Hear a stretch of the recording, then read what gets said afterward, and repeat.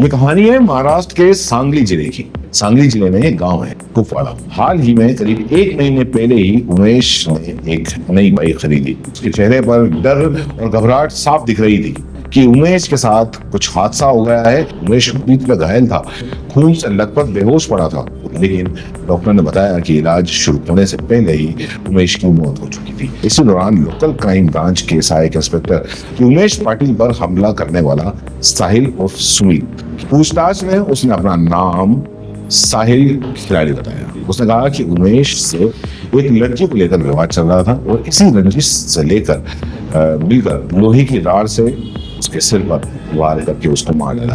और पूछताछ के दौरान जो कहानी सामने आई, अक्सर उनकी नजरें महिलाओं की तरफ खिंच जाती थी और उसी कंपनी में एक महिला काम करती थी, देखने में काफी खूबसूरत थी। अक्सर दोनों को देखकर मुस्कुराती, इशारे करती, मजाक मस्ती भी करती, खुलकर बातें भी करती। समस्या शुरू हुई जब उमेश उस महिला से खुलकर बात करने लगा। दोनों ने अपने अपने मन में मान लिया था कि वो महिला उस पर फिदा है और हमला करके दोनों वहां से भाग निकले। हालांकि वो रात का वक्त था, लेकिन MIDC कुपवाड़ा पुलिस स्टेशन के अंदर फोन किया, पुलिस को पूरी जानकारी दी, साथ ही उमेश के घर वालों को खबर दे दी गई। पुलिस पूरे मामले की चार्जशीट तैयार कर रही है और जल्द ही कोर्ट के अंदर मुकदमा चलेगा। ये कहानी है महाराष्ट्र के सांगली जिले की।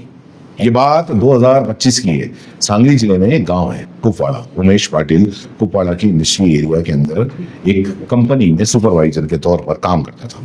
27 जून 2025 की सुबह रोज की तरह वो अपनी ड्यूटी पर सुबह 9 बजे निकल गया। हाल ही में करीब एक महीने पहले ही उमेश ने एक नई बाइक खरीदी, जिससे वो रोज कंपनी आता था जाता था। लेकिन उस दिन कुछ अजीब घटा। रात लगभग 9:45 पर उसी कंपनी में काम करने वाला एक मजदूर घबराया और उमेश के घर पहुंचा। उसके चेहरे पर डर और घबराहट साफ दिख रही थी और उसने उमेश के माता पिता और भाई को बताया कि उमेश के साथ कुछ हादसा हो गया है, वो नटराज कंपनी के पास में गिरा पड़ा है। उमेश का भाई महेश है, वो उसी मजदूर के साथ बाइक पर बैठकर फौरन मौके पर पहुंचा। उमेश बुरी तरह घायल था, खून से लथपथ बेहोश पड़ा था, उसके सिर पर गंभीर चोट थी। वहां कंपनी के मालिक विनायक कुली और कुछ बाकी के जो कर्मचारी भी मौजूद थे। महेश और मजदूर जकप्पा लाउटे ने मिलकर आयुष हेल्पलाइन की मदद से उमेश को एम्बुलेंस में मिरर के सरकारी अस्पताल पहुंचाया, लेकिन डॉक्टर ने बताया कि इलाज शुरू होने से पहले ही उमेश की मौत हो चुकी थी। जैसे ही इस घटना की खबर मिली तो मेरठ के जो पुलिस अधीक्षक हैं, उपाधीक्षक प्रणील गिल्ला, सांगली के लोकल क्राइम ब्रांच के जो पुलिस इंस्पेक्टर हैं सतीश शिंदे और कुपवाड़ा पुलिस स्टेशन के सहायक इंस्पेक्टर दीपक भड़लकर, वो तुरंत मौके पर पहुंचे और घटनास्थल का पंचनामा किया। इसी दौरान लोकल क्राइम ब्रांच के सहायक इंस्पेक्टर पंकज पवार, हवलदार सतीश माने और सागर लाउटे थाना अधिकारी उनको जो जानकारी मिली कि उमेश पाटिल पर हमला करने वाला साहिल उर्फ सुमित खिलाड़ी कुपवाड़ा में वन विभाग के ऑफिस के पास में देखा गया। टीम ने तुरंत वहां पहुंची और उसे हिरासत में लिया। उसके बाद में उससे पूछताछ की। पूछताछ में उसने अपना नाम साहिल खिलाड़ी बताया।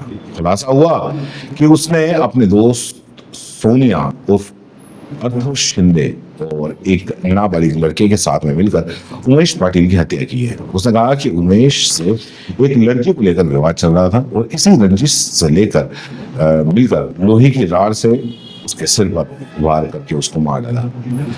ये जानकारी के आधार पर कुपवाड़ा पुलिस स्टेशन के जो निरीक्षक विश्वजीत गाड़वे और हवलदार संदीप पाटिल ने दूसरा आरोप सोनिया अर्थव शिंदे को कमलापुर के एयरपोर्ट के पास में पकड़ लिया। पूछताछ में सोनिया ने भी उमेश की हत्या की बात कबूल की और पूछताछ के दौरान जो कहानी सामने आई उसने पुलिस को भी भौचक्का कर दिया। कुपवाड़ा के श्रीनगर मस्जिद के पास में रहने वाला उमेश पाटिल 21 साल का एक नौजवान था।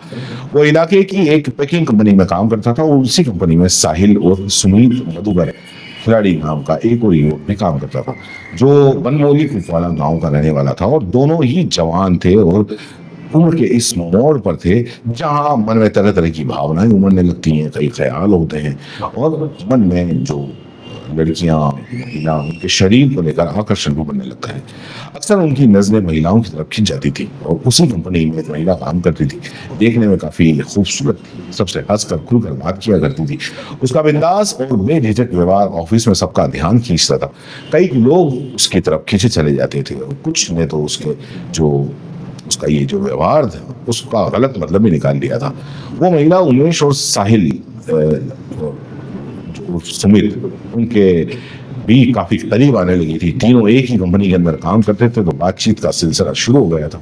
अक्सर दोनों को देखकर मुस्कुराती, इशारे करती, मजाक मस्ती भी करती, खुलकर बातें भी करती। अब इन दोनों लड़कों को लगने लगा कि उस औरत का बर्ताव सिर्फ उनके साथ ही खास है। उमेश को भी लगने लगा कि वो उसे पसंद करती है, वहीं साहिल को भी लगने लगा कि वो लड़की उसकी दीवानी है। असल में दोनों ही बिना सच्चाई जाने उस औरत के इशारों पर कुछ और ही समझ बैठे। दोनों ने अपने अपने ख्वाब बुनने लगे, दिल ही दिल में उस औरत से प्यार करने लगे। दोनों को लगने लगा कि उनकी वो गर्लफ्रेंड है। समस्या तब शुरू हुई जब उमेश उस महिला से खुलकर बात करने लगा। उसको देखकर साहिल को गुस्सा आने लगा। जब साहिल उस महिला के करीब जाने की कोशिश करता तो उमेश भड़क जाता और इसी वजह से दोनों के बीच में कई बार झगड़े भी हुए। हर बार जब बहस होती तो उमेश ही भारी पड़ता था।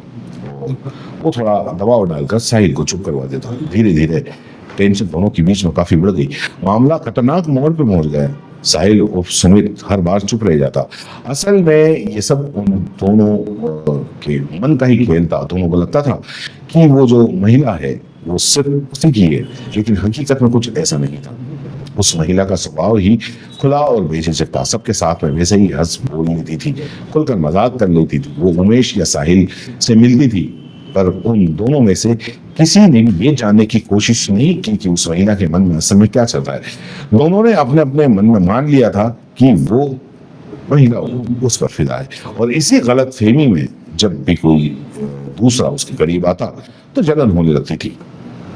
इसी वजह से दोनों के बीच में कई बार झगड़े हुए। सिर्फ बहस ही नहीं, कई बार हाथापाई भी हुई, मगर बात पुलिस तक कभी नहीं पहुंची। साहिल और सुमित मधुकर खिलाड़ी जो बुल्लाना का रहने वाला है, लेकिन फिलहाल वो वनमोली गांव में रह रहा था। बाहर के जिले से आया होने के बावजूद उसने कुपवाड़ा में कुछ लोकल बदमाशों से मेलजोल बढ़ा लिया था। उमेश पाटिल उस पर भारी पड़ता था और उसको नीचा दिखाने के लिए साहिल ने अब अपराधियों की मदद करनी शुरू कर दी। धीरे धीरे उसने उमेश को डराना और जलाने के लिए अपने व्हाट्सएप स्टेटस पर धमकी भरे मैसेज और स्टोरी डालना शुरू कर दिया, जिससे बात और ज्यादा बिगड़ती चली गई। 27 जून का दिन था। रात करीब 9 बजे का वक्त रहा होगा। उमेश पाटिल नटराज कंपनी में अपना काम खत्म करके बाहर निकलता है। उसी वक्त वहां पर साहिल और सुमित खिलाड़ी और नाबालिग जो साथी है उसके साथ में पहले से ही वो घात लगा कर बैठे थे। दोनों के हाथ में हथियार थे। जैसे ही उमेश बाहर आया, दोनों ने उस पर अचानक हमला बोल दिया।